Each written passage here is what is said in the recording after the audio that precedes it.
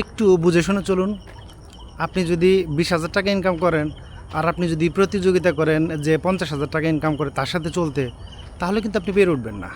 আপনার হাত সবসময় খালি থাকবে, আপনি আপনি সবসময় ঋণী থাকবেন।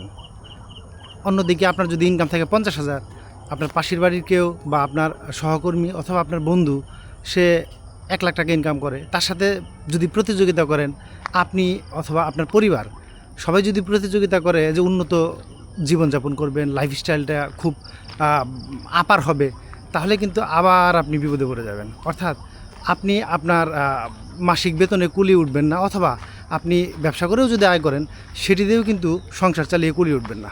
একটু হিসাব করে চলুন, একটু হিসাব করে চলুন। অর্থাৎ হিসাবটা এরকম যে আপনি আগে বা অন্তত 20% বা 25% বাঁচিয়ে রাখুন। 25 না পারলেও 25% বাঁচিয়ে রাখুন। সেটি আপনার ইনকাম 20,000 হোক, 50,000 হোক, অথবা 1,00,000 টাকা হোক।